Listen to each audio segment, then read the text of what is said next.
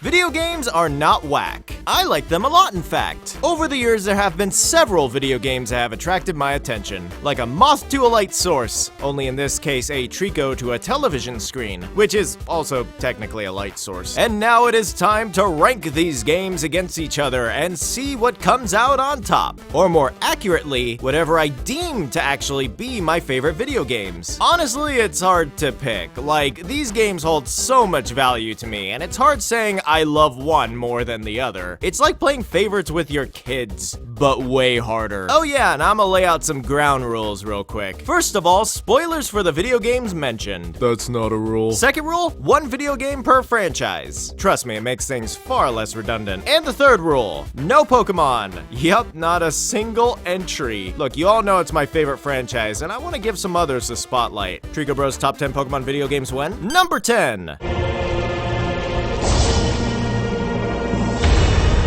Find him and close shut the jaws of oblivion. For those of you who are too old for Skyrim or too young for Morrowind, I'm sure you can join me in saying The Elder Scrolls 4 Oblivion was so dang awesome. You might have seen this game once or twice if you frequent the internet, as the sheer jank and awkwardness of its programming are simply legendary. This was peak Bethesda weirdness, and I love it. To describe Oblivion, it's the worst best video game ever made. The sheer scope of it was insane in the ancient days of 2006. I was fresh off the PlayStation 2 and GameCube era, and when I saw this game for the first time at a friend's house, a rich friend who actually had the system to play it and parents who didn't carry Play-Rated M games, I literally couldn't believe what I was seeing. Oblivion was a world with infinite possibility. It wasn't linear. You weren't playing as some generic video game protagonist. It was customization incarnate, and boy oh boy do I love me some customization. Gotta say, even all these years later, I can still pick up Oblivion and immediately get Ratatouille flashback to junior high school. I still get chills from the epic story. You destroyed the Oblivion Gate, they say. You gave them hope. You helped them drive the Daedra back. I still quote the iconic dialogue. Hey, you hear that? The gods are coming. For you. Oh, do you hear that? The gods are coming. For you! I still laugh like a fiend at how insane the game is. How are you today? I've been better. How about you? I've been better. I hope things get better. Look, I am the first to admit that Oblivion is absolutely a you had to be there kind of experience to understand. You might think I'm crazy that I looked at this and thought, oh yeah, that is the evolutionary peak of video games. But sincerely, nothing hit quite like Oblivion, before or since. And frankly, this game will bring smiles to people's faces forever, in all the wrong ways.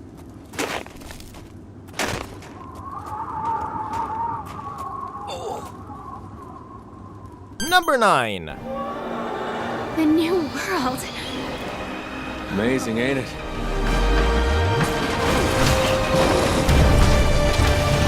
No way.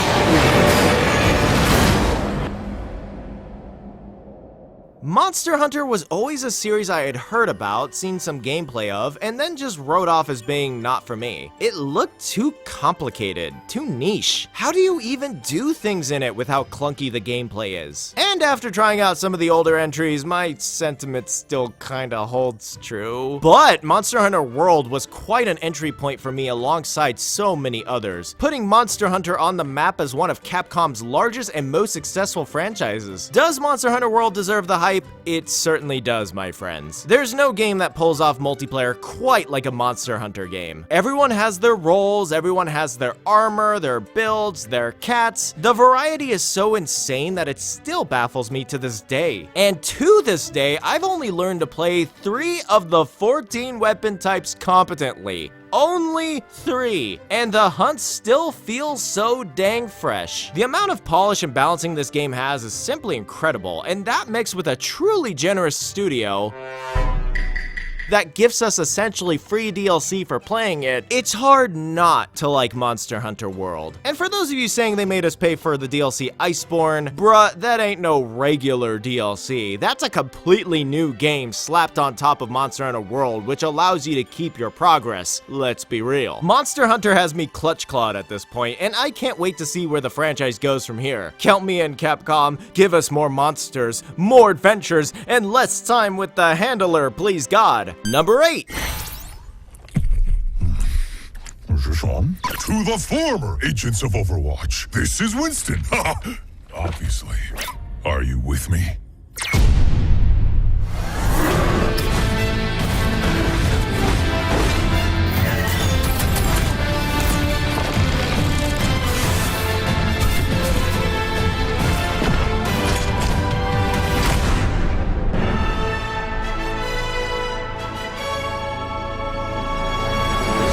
There was a time Overwatch was on top of the world. It was kind of overwhelming. It even went through that phase where everyone loved it, then everyone hated it because everyone loved it, and then it worked its way back to securing itself as a legendary video game because everyone said they always loved it. I was no different. Overwatch absolutely hooked me. It was just tons of fun to play, and like, I failed a college class because of this game and the neat little holiday events they had because of the Halloween one specifically, because of Witch Mercy specifically. Am I ashamed of it? No. I stand by it. It's a pretty simple premise on paper. Take an online shooter and make the playable characters superheroes. It feels so obvious now, but back then it felt so fresh as a concept. The roster of protagonists and antagonists you could play as were as likable can be. Everyone had their favorite. And what I liked most of all about Overwatch is that it catered exactly to whatever you felt comfortable doing. If you're not that good at shooting things and just want to hang back and heal people, that's perfectly valid. If you wanted to just make obstacles and create opportunities for your team, also valid. Despite what the toxic online chat would have you believe, every player had a place in Overwatch regardless of skill level or preference, unless you played Hanzo. And not only was this game great on its own, the supplemental material was in a league of its own. To this day, some of the best cinematic trailers for a video game I've ever seen. That could be watched even without context as very solid short stories, with the overarching narrative being so interesting and having lore so deep that it was too much to put in a single video game, and thus Overwatch isn't even canon to itself? Truly revolutionary from Blizzard, gotta say. Speaking of Blizzard, I've never seen a main villain of a video game quite as effective as Overwatch's own development studio. Imagine being so good at villainy that you literally deleted an entire game from existence and created an inferior clone husk to play instead. I'm sensing you have something else to say. No, I've gotten all of it off my chest. Okay, loot boxes. Loot boxes weren't that bad. They were cosmetic, and you didn't have to spend a dime on them. Everyone who complained, you're the reason Overwatch is dead. Number 7. No matter what, you keep finding something to fight for. Now, I know that's not what you want to hear right now. Swear to me. Swear to me that everything that you said about the Fireflies is true. I swear.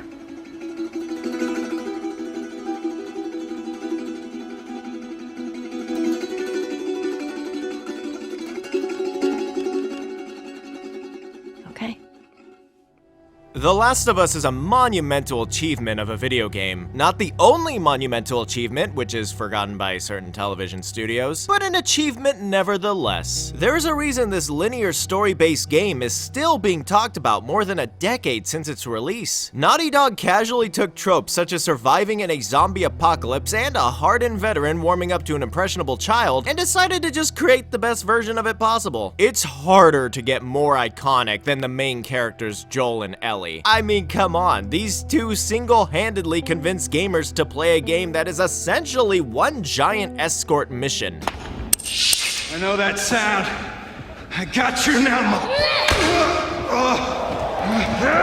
You want to see them find some much-needed comfort with each other, and a journey that makes it all worth it in the end. Which is quite heartbreaking when you see all of those narrative doors slammed in their faces. Their mission just gets worse and worse until you think things will finally turn out alright just for that ending to hit. And gotta say, I've never had an ending hit me quite like the one from The Last of Us. I played that final mission in complete disbelief with what Joel was doing. Those credits finally hit and I just sat there completely shaken, just sitting there slack-jawed until that brutally quiet main menu. And you know what happened next? I proceeded to start a new game immediately. Seriously, that is the effect of The Last of Us. And while I'll admit the story carries, I can't deny the gameplay is great. I really appreciate the game decides to just make you pretty much powerless. Hardly any ammo. It's up to you to use your environment, tools, and materials to make your way through the world. This is one of the only games where I legitimately looked at a bad situation and thought,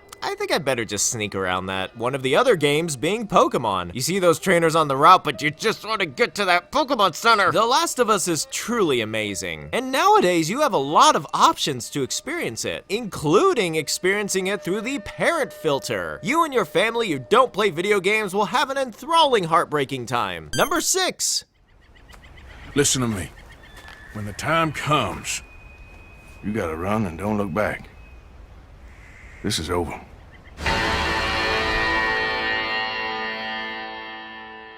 If there was any video game that can be declared a perfect video game, it's Red Dead Redemption 2, which is quite incredible considering the amount of good games based on westerns can be counted on one hand, with very few fingers. So perfect for me considering I only have 3 fingers. Good lord, how do I even begin talking about this behemoth of a title? It's practically overwhelming how much love was put into the game and into its world. For starters, I'll bring up the story, because, I mean, it's incredible. The best way I could describe it is like binging 5 seasons of a critically acclaimed TV show. You want to put it down, but the next episode just keeps topping itself. And the fact the writing is so engaging as a prequel is a feat in and of itself. If you played the first one, you know what happens to most of these characters. But the journey is so enthralling that it feels like this is all brand new information you're being presented with. Red Dead Redemption 2 is absurdly well written, and the narrative is so polished that it's still surprising me years later with the little details I pick up on. And speaking of details, this game thrives on them. The small things like Arthur's weight being determined by how much food you eat, or how the NPCs actually will eat their food. Rockstar devs really care about food, huh? I think it's about time we talk about Arthur Morgan. And just throwing it out there, Arthur Morgan is pretty much the most likable video game protagonist of all time. You're quite a sight. What's fun? And you'll get all of us sick. Come with me. Oh, I'm sort of busy right now. How in the ever-living heck did they manage to make a main character better than John Marston, who at the time was topping many people's lists as the greatest video game protagonist ever? It's because Arthur Morgan is everything. He's awesome, intimidating, hilarious, and you want nothing more than to root for the guy. You're too smart for me, sister. I guess I'm afraid. There is nothing to be afraid of, Mr. Morgan. Take a gamble that love exists and do a loving act. Which makes the journey all the more tragic when things just continue to not go his way until... yeah. I don't think I've seen so many crying faces reacting to a video game ending in my life. Prequels are a weird thing, for sure. It's generally a good idea to experience the original first, as it conveys the information needed in a more concise way and introduces you to the world perfectly, usually setting up for a prequel. But Red Dead Redemption 2 is the only prequel where, nah, for real, play it first. It only makes Red Dead Redemption 1 better. You call it an objectively perfect video game, but it's only number 6. Cacnea, look at me. This list was so hard to make. Number 5. All you can do is keep smiling, keep marching. That's part of a leader's job. You can't give in to despair.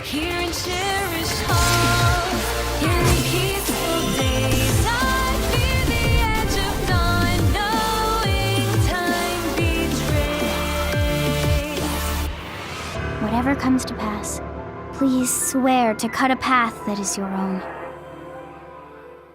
Those of you who follow the channel most certainly are not surprised to see a Fire Emblem entry on this list, and further not surprised that it's Fire Emblem Three Houses. In my opinion, it just takes everything that the series is and expands on it so dramatically that it's no wonder it's critically acclaimed by many. The unit roster has the most fleshed out characters in the franchise, and doesn't bombard you with so many of them that you're not overwhelmed. Looking at you, Fate's Revelations, 61 characters? I'm going to have to get a bigger bench to bench you guys. Except you, of course, Laszlo. The lore in Three Houses is also some of the best that Fire Emblem has to offer next to the Tellius games. It's so refreshing the story doesn't just devolve to bad guy land versus good guy land. And the generically evil people are actually very interesting as a sort of shadow terrorist organization that were decimated in the past. The only part of Three Houses I don't really care for is Byleth. Seriously, they gave us the worst of both worlds by making a character that doesn't have an established personality or the ability to customize them. But even so, Byleth is not the star of the show. The students are. You might as well just be the cameraman, really. Or the camera woman. Is that right? I don't know if that's right. Because the game has 3 different routes depending on the lord that you follow, each of them supplying different perspectives and offering a riveting story for you to play through. Now, I've heard the claim before that the story in Three Houses is bad. No. Like, I'm not even being ironic. I literally don't see anyone's point on how the story is bad. Some routes may be seen as better than others, but they're all interesting at least. Twitter would have you believe Three Houses is bad and Engage is good. Please do not listen to Twitter. It's a huge discredit to the effort and love that is apparent in every little bit of Three Houses. At the end of the day though, what does this game mean to me? Do I play it for the gameplay? Do I play it for the narrative? Do I play it for Dimitri?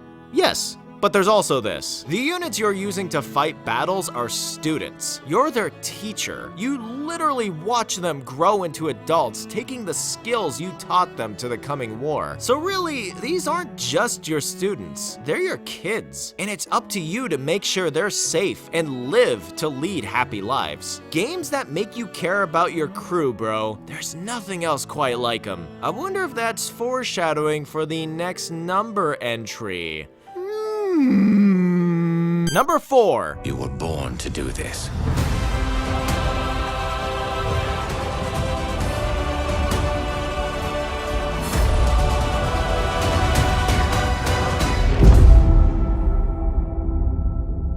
Mass Effect may very well stand as the greatest video game trilogy of all time, and it's why I can't even decide which entry specifically to include on the list. This number entry is kinda arbitrary because you need all 3 games in the trilogy to make it a complete package. You can't just play one and be like, alright, I'm good, I got it. Some days I like Mass Effect 3 the most, and how it perfectly conveys the tension of a galactic extinction on the horizon. Other days I like Mass Effect 2 the most for having such a phenomenal sense of character writing and satisfaction you get in solving problems throughout the universe. There are even some rare days I like Mass Effect 1. It's quite incredible how BioWare's project came together. Years and years of buildup, every little choice having consequence. As you follow Commander Shepard throughout their adventures, your save file linking it all together. I mean, can we just talk about that? It's still shocking to me that more games don't utilize file transferring. It's an indescribable feeling starting up the next Mass Effect game, and there they are. Not just Commander Shepard. That's your Commander Shepard. This is your story, and now you get to watch it play out, and it's quite the roller coaster to say the least. The threat of the Reapers is presented near immediately, and the race against the clock begins. Everything you do in Mass Effect is to stop them from destroying the entire galaxy. It's you against everyone, slowly building alliances, shaking the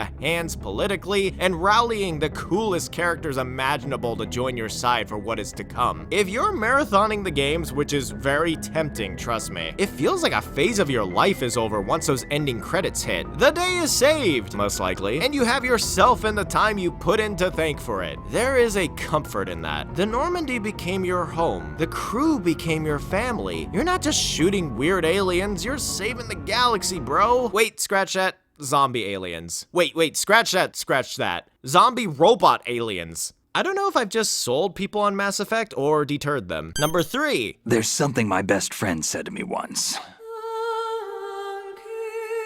We're not tools of the government or anyone else. Fighting was the only thing I was good at, but at least I always fought for what I believed in.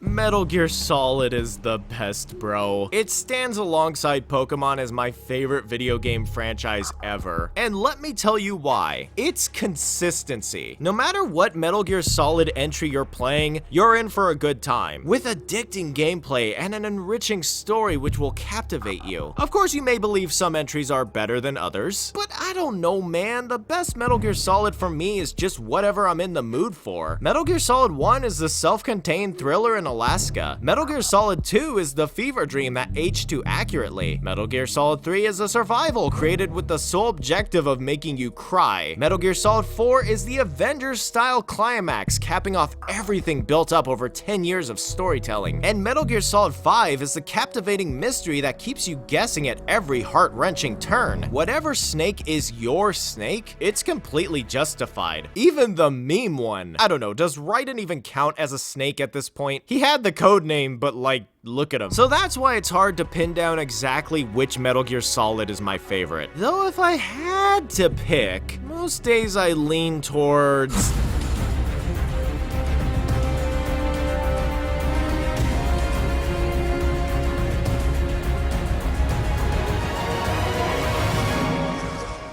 Hideo Kojima was given the assignment, make a Metal Gear Solid game for PSP. So he was like, alright, I'm just gonna make the best one. I know Peace Walker may not come up often as being the best Metal Gear Solid, but something about it hits just right for me. For one, the premise of Snake having to deal with the aftershock of killing the boss is very compelling. A lot of fans were left satisfied by that salute, but what happened the day after? Well, Snake decided it's time to imprint his vision on the world. And so he created Militares Sans Frontieres, or Soldiers Without Borders, as a true neutral mercenary band for hire. Peace Walker is about that band becoming a country, a place independent from political turmoil, where the only thing that matters is your adopted family. For real, I felt more connected to Peace Walker's ensemble than any other Metal Gear Solid. What I do know is that NORAD tracks Santa Claus on its radar. Nice one. I didn't know you were a comedian, too. Huh? No, I'm serious. It's true, NORAD tracks is... Listen to me. Every December, they set up a hotline and... These were a group of people that I could truly call comrades. And the philosophy the game brings up is so thought-provoking. Like, Dr. Strangelove interrogating Snake is one of my favorite scenes in the series. The idea were two individuals who believe 100% in protecting the legacy of someone they loved, but reaching two entirely different conclusions in how to do it. Okay. All right. The truth. She betrayed her country. Liar! She's not a traitor! It may be a little clunky, but don't get it twisted. This is Metal Gear Solid in every possible way, and it's the one I find myself gravitating the most towards even after all this time. Honestly, and I still like Venom Snake, don't get me wrong, but this is the true Metal Gear Solid 5. Dang, it pains me imagining a timeline where we had this story with the gameplay of 5. I probably would have exploded, like detonated, in my rocking chair. You play video games in a rocking chair? Yeah, you don't have to be old to enjoy a rocking chair. Says the guy who's been following an almost 30-year-old franchise. Number 2. I love those dear hearts. This is John Henry Eden, your president. Until next time, this is Three Dog. Ow! And you're listening to Galaxy News Radio. War never changes.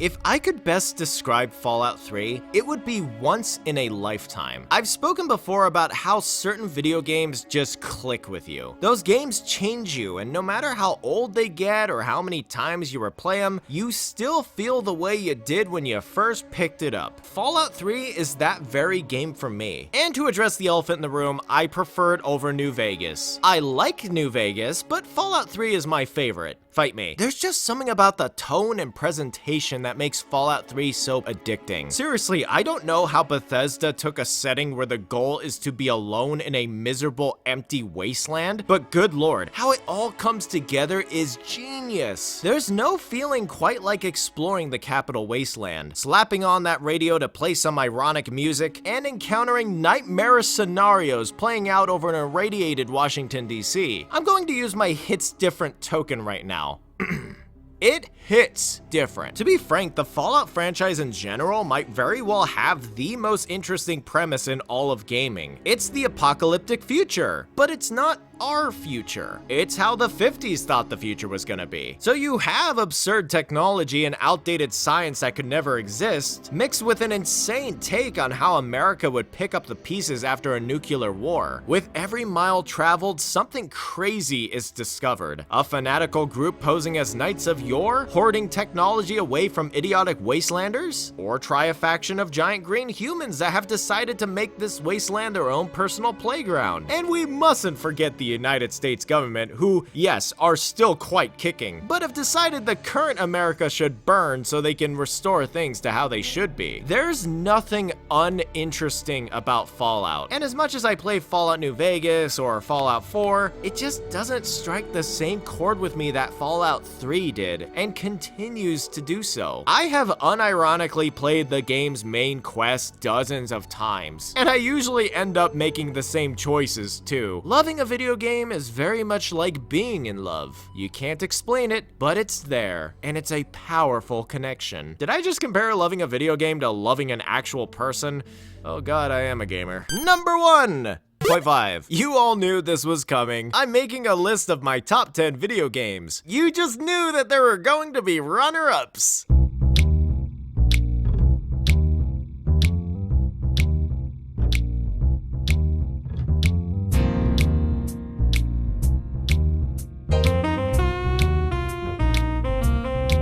This list was so hard to make, so look at these honorable mentions. Look at them. Number 1.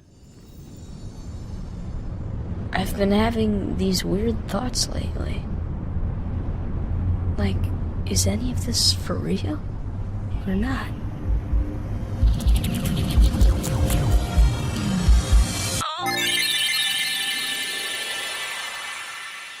Kingdom Hearts in the house, baby! Simple and clean is the way that it's making me feel tonight. And it's hard to let it go, because it's my sanctuary.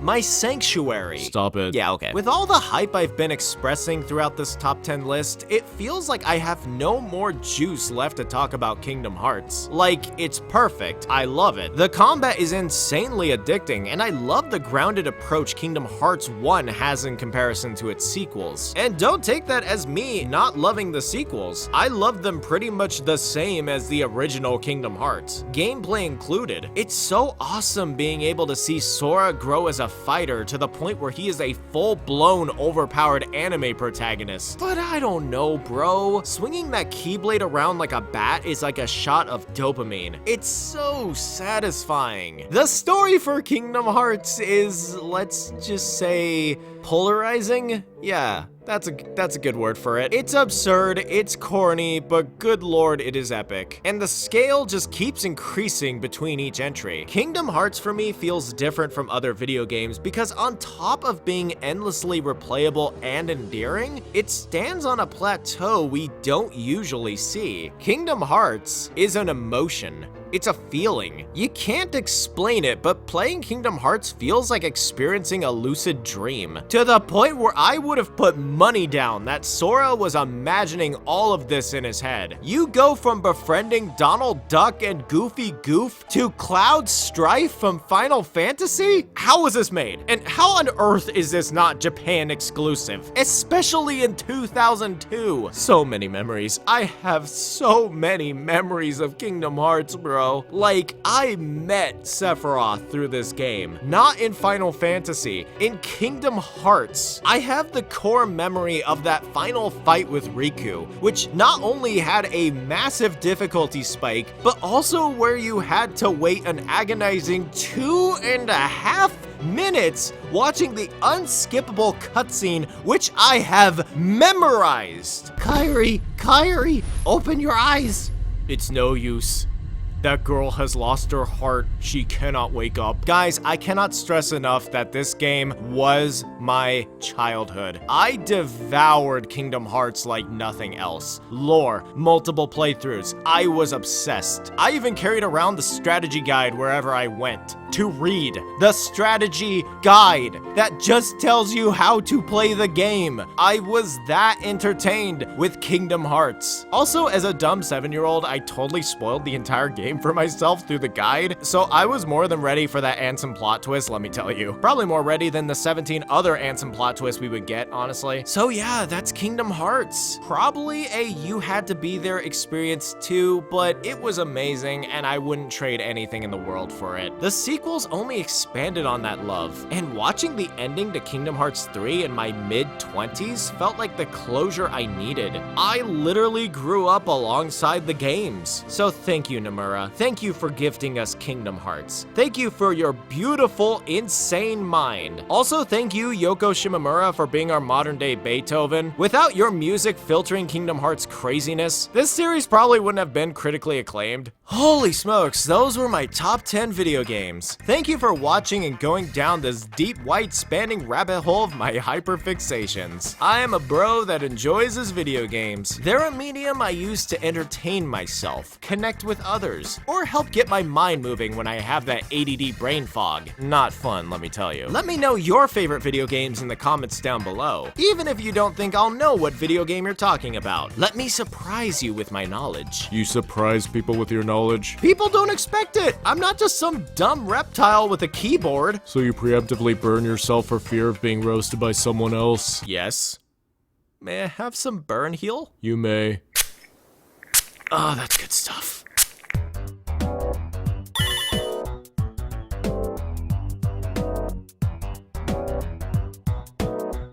Special thanks to my top tier patrons, Crackyoing, Mr. Alamode, Wheezy, and Chansey.